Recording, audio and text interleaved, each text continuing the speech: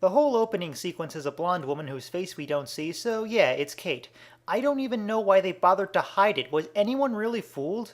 The whole thing is also a takeoff on Psycho for no reason, right down to the music. Referencing things makes you smart.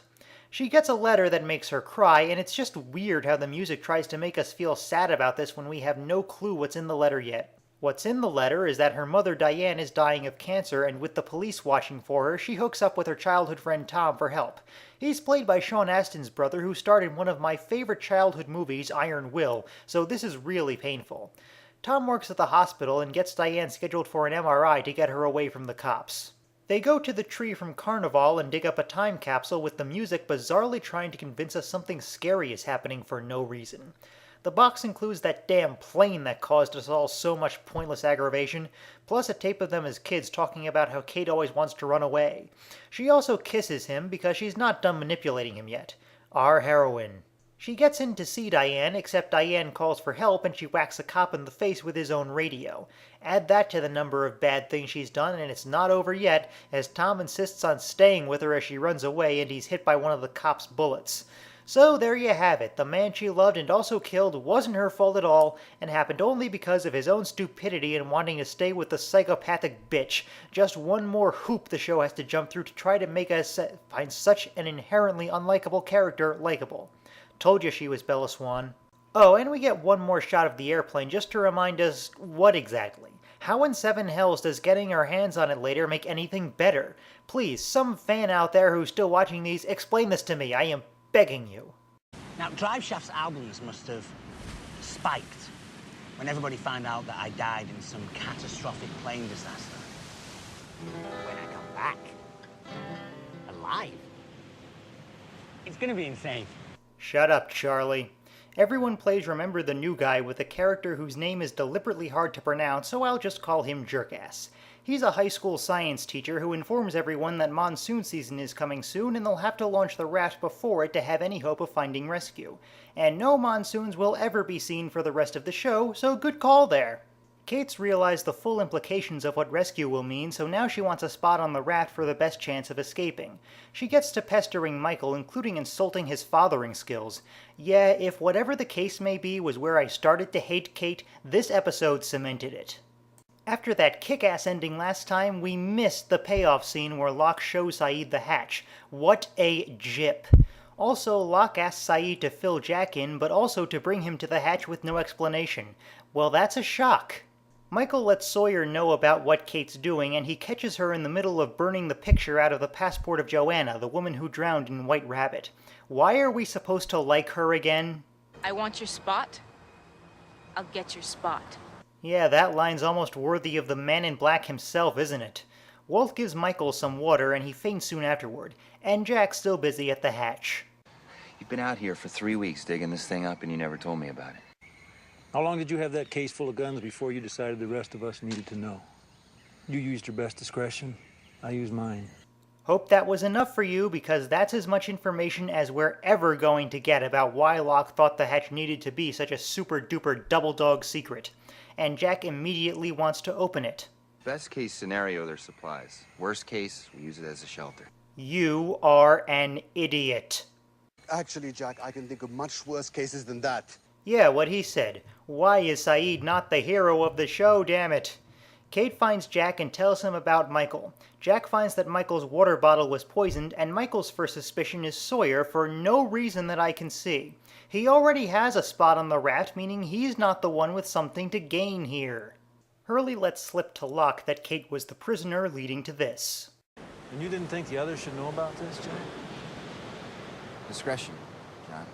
Oh, that's just great. These two are now so obsessed with who has their head jammed further up their ass in deciding what should be kept secret that they've completely lost sight of the fact that maybe there are some things people should be told.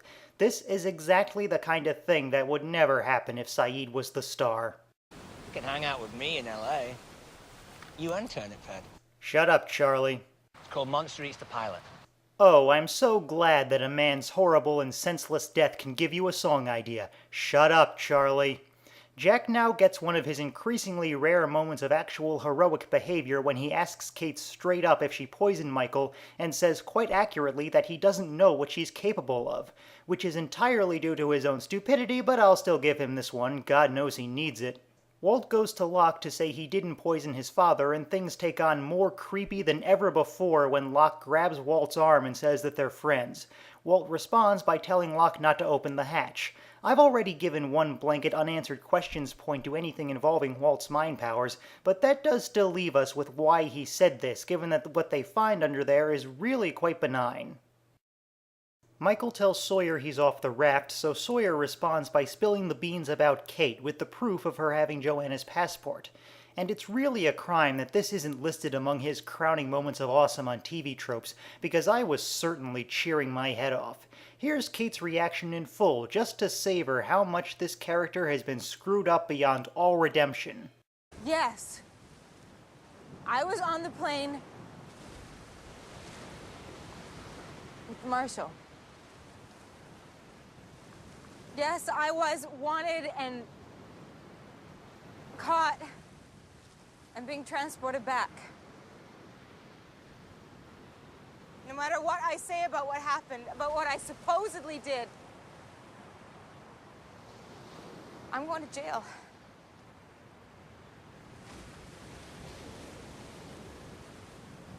But I didn't poison you.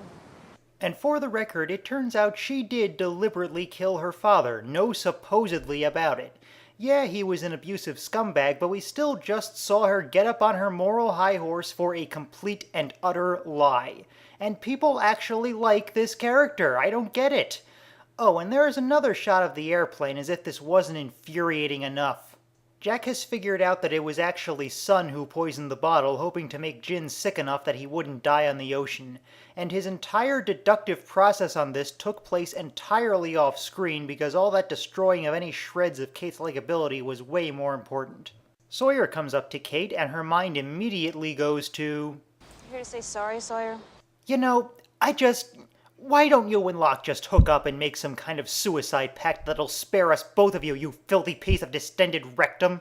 And she continues to act completely like the wronged party here, even asking Sawyer why he wants to get off the island so much.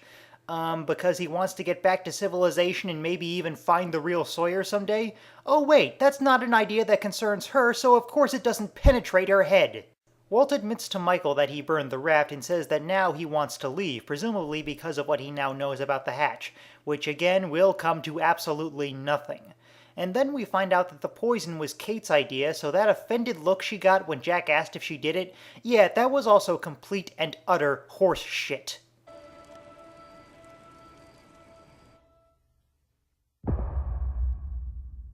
My score for Born to Run is 1 out of 10, and I'd even say it's the worst of the episodes I've given that score to so far.